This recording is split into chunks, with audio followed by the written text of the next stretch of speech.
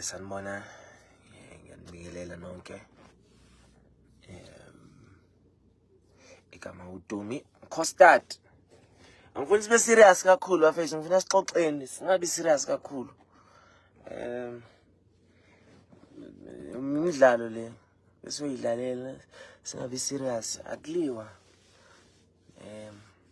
Balekile ukuthi maintain peace at all times.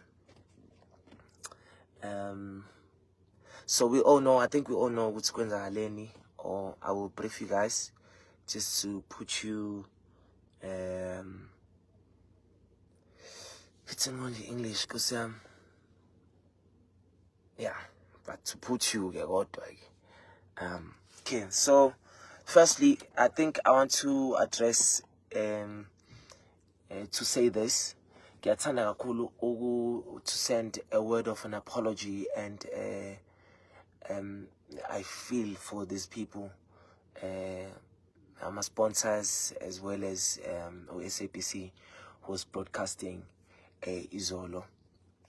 I feel that Lente and Zagili Izolo, they did not deserve to go through Leandro Leana, because they've invested Leandro in the tournament. They've spent their monies to make sure things go accordingly for us. Secondly, I want to apologize to Abantu Basitakane and all the people that came. I think Konumamo Zigminawati Upuma Elisutu, she only came for the tournament. Ngoba etuzobuka. Ukuthi ke gcina kwenzeka ngalendlela ekwenzeke ngayo akukho right. So ngiyafuna uku-acknowledge futhi ngixolise kulabo bantu ukuthi mhlambe kugcine sebe affecteka ngezinto ezenzeka ngaphakathi. Okay, let's get into the issues. Let's get into indaba ke bafethu.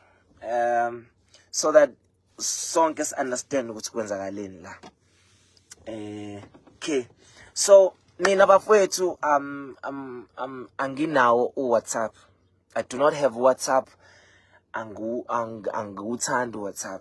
But because of the tournament and the preparations were demanding ukuthi as a captain, captain we gospel ngabekwa ibona abafowethu kwi gospel kwathiwa angibe ucaptain. As a captain we gospel, I had a responsibility to represent abafowethu even on WhatsApp. So ngahamba ngajoin WhatsApp. Kuyakhulunywa ke, that is where everything is communicated. Kubalwa ama rules ukuthi ama rules kwenzakalani, yini engavumelekile,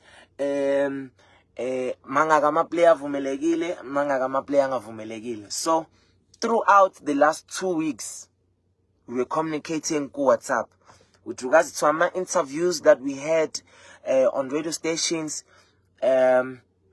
ama bookings, ama flights for me to go to Joburg ngegu SABC1. I paid for myself to support the initiative yenziwa abafowethu. Ngayikhokhela mina ama flights wami, and namanje that money hasn't been refunded to me, and it's not an issue. I'm not making it an issue. But it was for me to support the initiative. I had no issues. Because nami ngiyalithanda ibhola, ngumdlali webhola, and I wanted to be part of this as well. So bafowethu, ku WhatsApp izinto besiyikhuluma, ama interviews, the schedule, some interviews bayasendela on WhatsApp. Ubaba Sipho Sithole was communicating with us, all those things. Then when it comes to the tournament itself, Agone tournament. Tournament I think kwabukuyi idea kaKhuzani ikakhulukazi, because even namanje he's the one apparently who poured out imali to make sure ukuthi the tournament goes on. Kwakuyi idea kaKhuzani nethimba lakhe. Ibona labo bantu ekuyibona ababeka ama rules. Ibona, I was not involved kuma rules. Mina, I came to represent iTeam Gospel from last year. Okay, asiqaleni ke kule issue last year before siqhubeke. Kwi-issue last year sahamba as gospel sahamba sayodlala sacela abantu ama-artist amaningi because lanto kufuneka ama-faces aziwayo. So you would want to have abo Benjamin Dube, abo Mamhlengwe Mhlaba, every face ye gospel that is known by people iyona efunakalayo lapha ya. So last year sahamba sayodlala masifika, or before that sacela ama-artists communicate nama-artists we're going to play, siyacela ukuthi nisijoyine. We have a WhatsApp group, sizovumelana, we will train sonke, and then bese siyakhetha abantu okuyibona abazohamba bayodlala, savumelana nathi besino WhatsApp wethu as a gospel group, as ama-artist gospel. Saqala sajima bafika abafowethu abanye base Eastern Cape bajima bodwa, abase Goli bajima bodwa, abase Mpumalanga bajima bodwa. And then sahamba sodlala last year. But now kunabafowethu mina bengade vele sengibazi ukuthi badlala ibhola. Abafana ngacela abafana babathandwa baculi acapella, ngacela abafana be NUZ abaculi acapella, sahamba nabo sayodlala i-tournament ngoba babe nelento esidingayo for us to be able to compete at a high level. You understand? So we're going to play a tournament, so safaka abafowethu savumelana bayacula. Umthetho wawuthi as long as umuntu ecula ekhona some kwi-album ungakwazi ukumkhomba uthi nangu sibani kwi-cover ethile i-album, uvumelekile lo muntu ukuthi angahamba yodlala. Savumelana thatha ama-player sahamba sayodlala last year there was no player. Ngibazwile uBig Zulu bethi na last year nalethi abadlali kwangomele badlala, ayikho lonto. Big Zulu, they don't follow umculo gospel ngoba bawubukela phansi, they don't listen to amanye ama-genres. I doubt ukuthi you would ever know ukuthi yini NUZ acapella. So it's no surprise ukuthi uBig Zulu doesn't know abadlali bam the gospel because akayilandeli gospel. So mabethi gospel ya cheater, that is not true. Ukhuzane is my witness. Ngathumela wonke abadlali, ngafaka ithombe ngaze ngayifaka la ku Facebook. Bathi bona hayidumu uyachaza. Ngabe ngithi mina ngichazi ngithe ama rules athi fakani abadlali abavumelekile abaculi gospel ongabathola kwi-album. That is what I did. I followed ama rules last year. Namanje nginganiprovela nginifakele same players, but last year are the same players abadlali this time around. Those same players, but manje bona babelindele ukuthi thina sofika namakhehla. Na into yabacasula babelindele ukuthi sofika namakhehla sizocompete ngamakhehla. Unfortunately, that was not the case. Kwasho ukuthi kunabantu abakwazi ukudlala ibhola abacula igospel saya nabo. So sawina ke last year ba complain on the side, but it's barobile, but it was not a big issue. So aina out yaphela. This year again we salanda the same players besidlala ngabo last year. Sabese siya add. Ngifuna ukucacisa lokho ngoba ngifuna ngazuthi mhlambe mina ngiyixoki. Ngifuna ukucacisa yonke into bafethu. Sithathe abadlali esibaziyo sahamba nabo sawodlala nabo after sizwile ukuthi kune team thizeni elande ama professional players, but because ama rules athi labo bantu bethu kumele kube ukuthi bayacula, sabafaka abafowethu baba amagidangoma. Igidangoma yilo muntu odansa emva kwethu ukuthi must dance igidangoma ngokwelanguage yakomaskanda. Sabalanda bafethu bafika badansa kwingoma zethu. I think bebeba u2-3 esibalandini, but into esenzile senze sure ukuthi asibafaki on the starting lineup.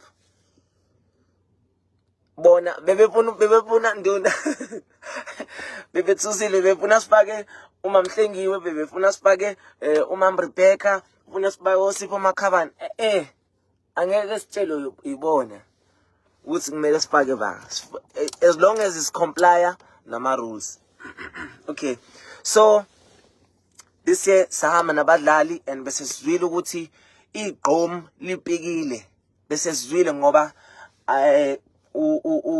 coach wabo ubaba kaSithabiso ebengidlala naye mina kwiDebon Pioneers ku Vodacom. So bangitshela bathi igqom lipikile. Sathi ke nathi because last year abasilalelanga igqom lalipike abadlali abawu6 last year.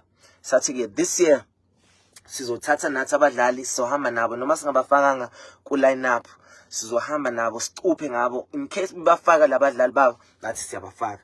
Okay, so on WhatsApp ke this year sesiyavumelana. Okay, bafethu athina ama rules bawathumela ama rules bawafunda ama rules basifundela wona.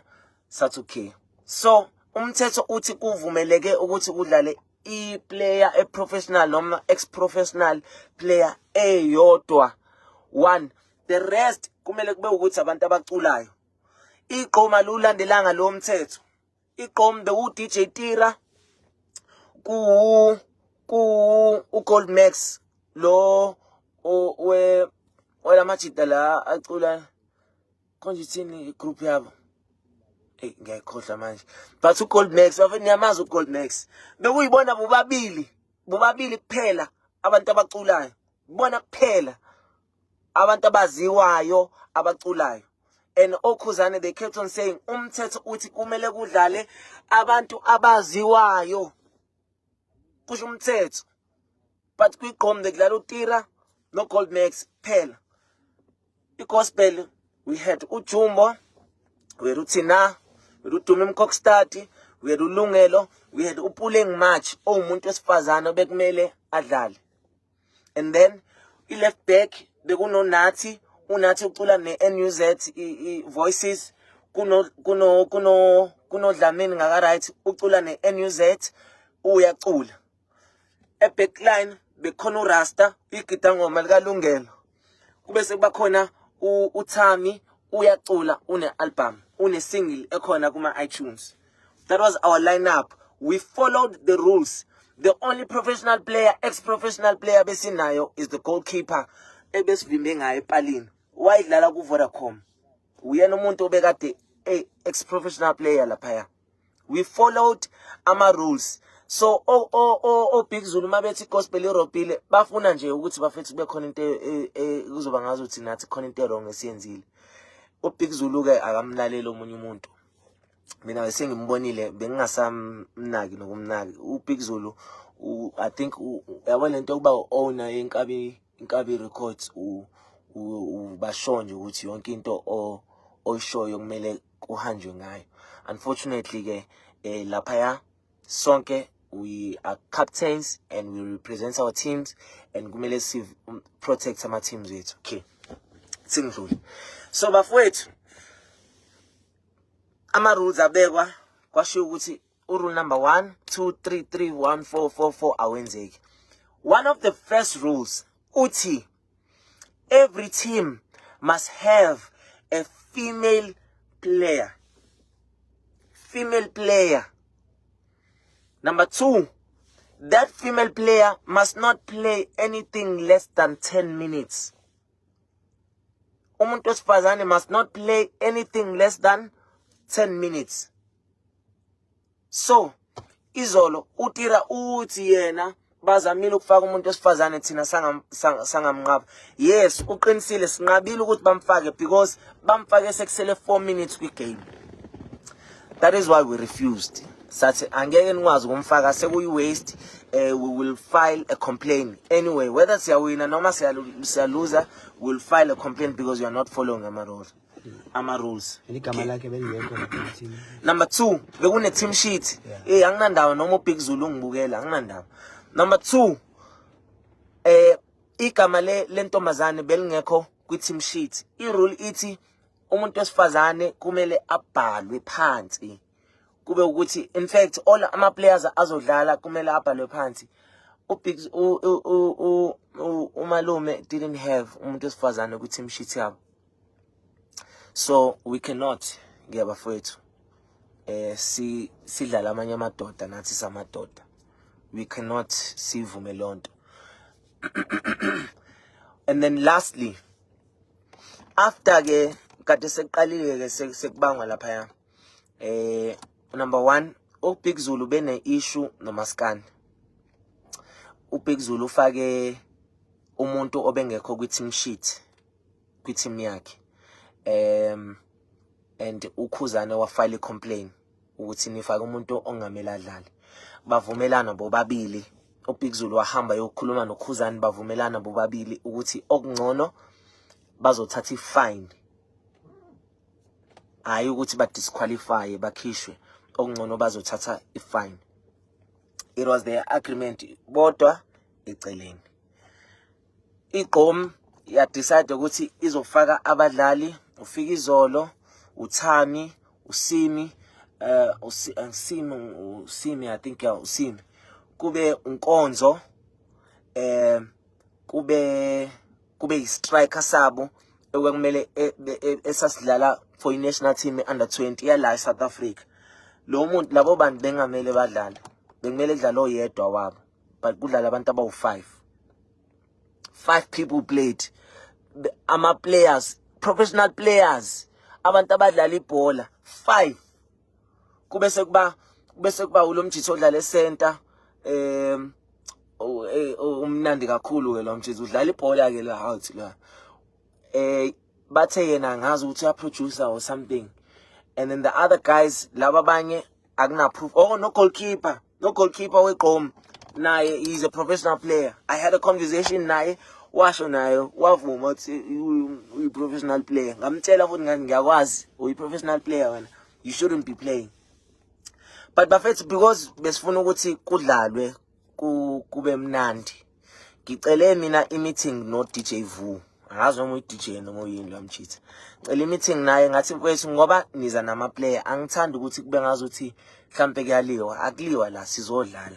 Ngicela ukuthi sihlangane before i-game sivumelane sinawo ukuthi nizofaka ama player amangaki kulama player awakho awu11 enize nawo.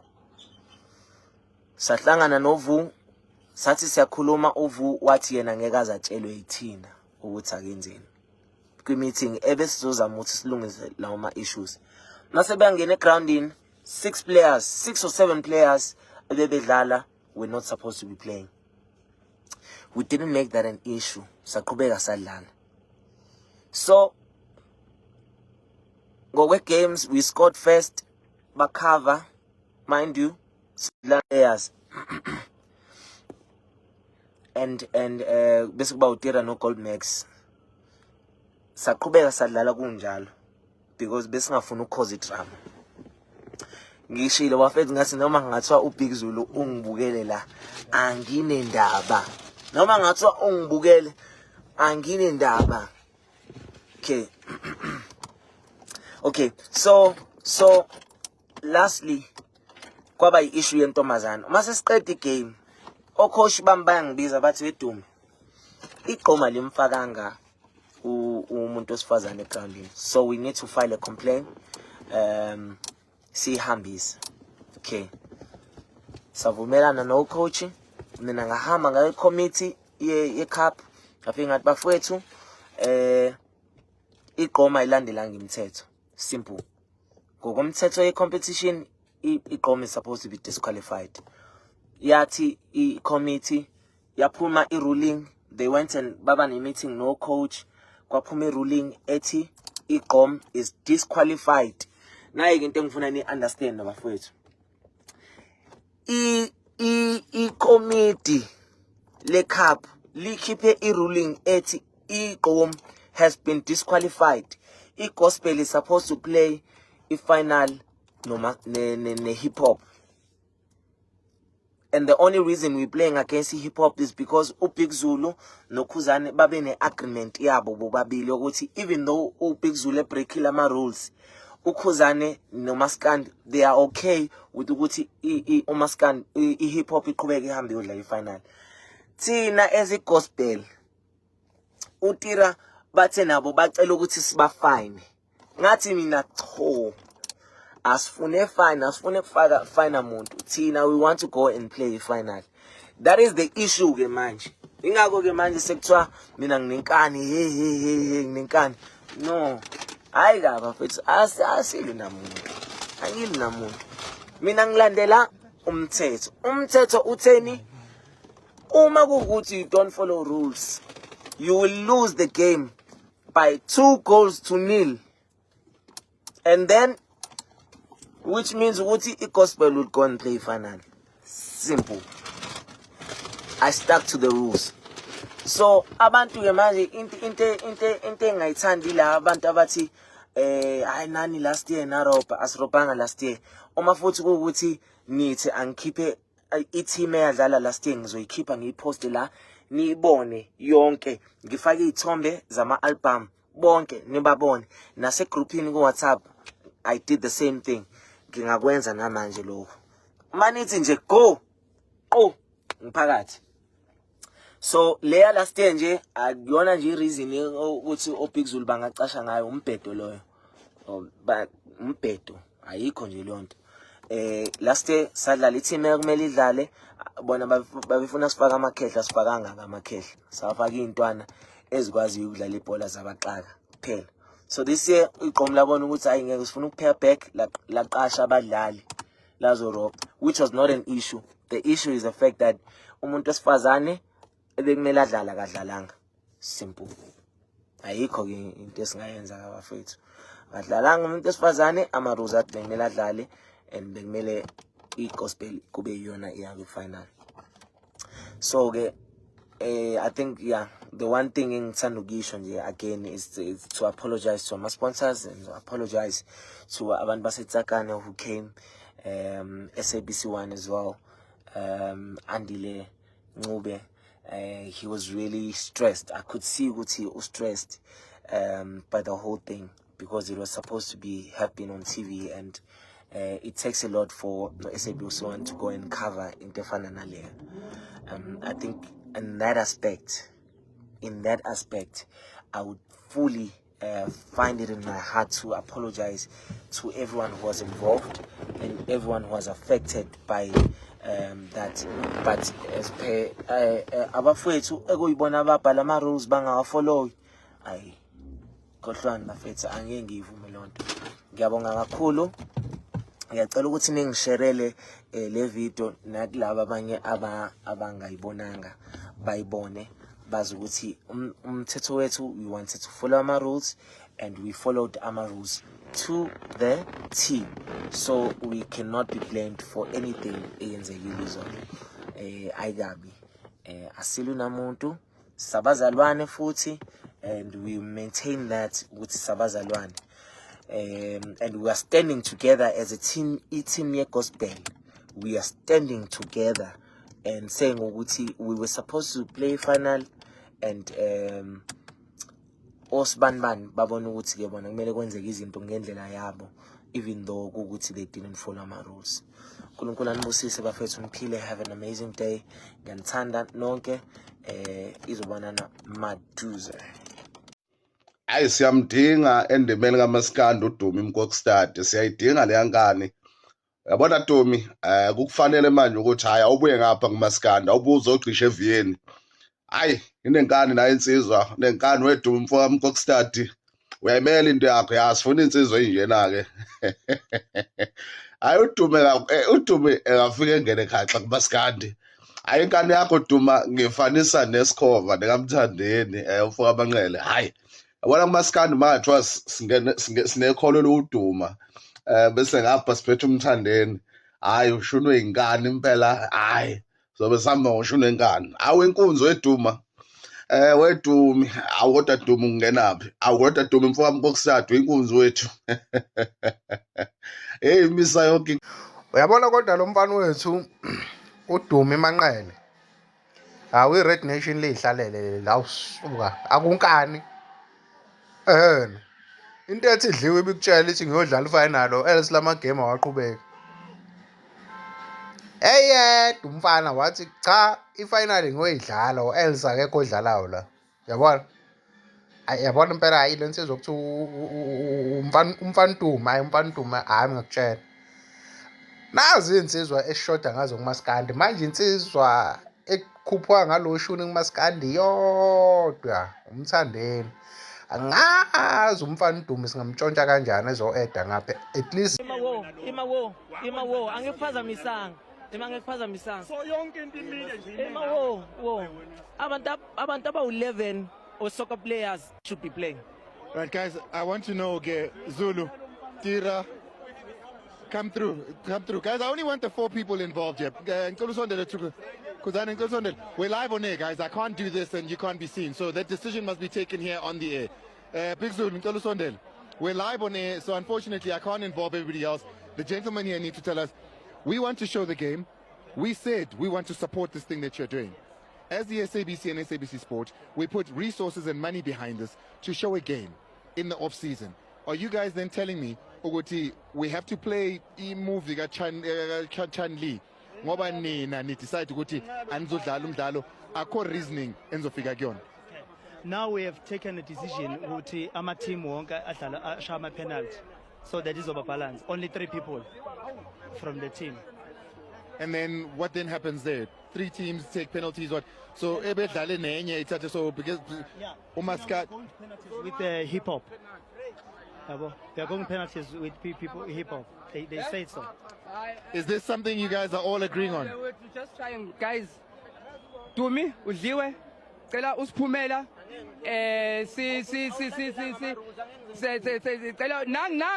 Right, I don't want it to get like this.